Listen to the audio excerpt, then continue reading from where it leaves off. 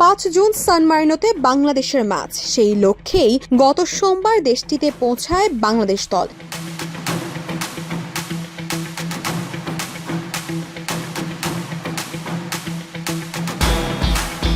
সেদিন সমিত সোম জাতীয় দলের সতীর্থদের সঙ্গে যোগ দেন। জায়ান আহমেদ ভোর রাতে যোগ দিয়ে বিকালে অনুশীলনও করেন।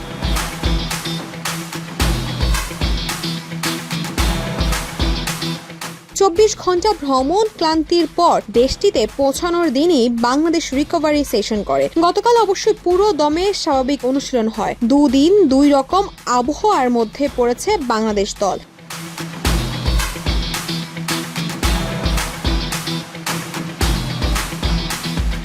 সান মারিনো বাংলাদেশের চেয়ে 4 ঘন্টা পিছিয়ে। সেখানকার স্থানীয় সময় বিকাল 6টা আর বাংলাদেশ সময় রাত 10টায় অনুশীলন শুরু করে জামালদের দল, যা চলেছে ঘন্টা দেড়েক।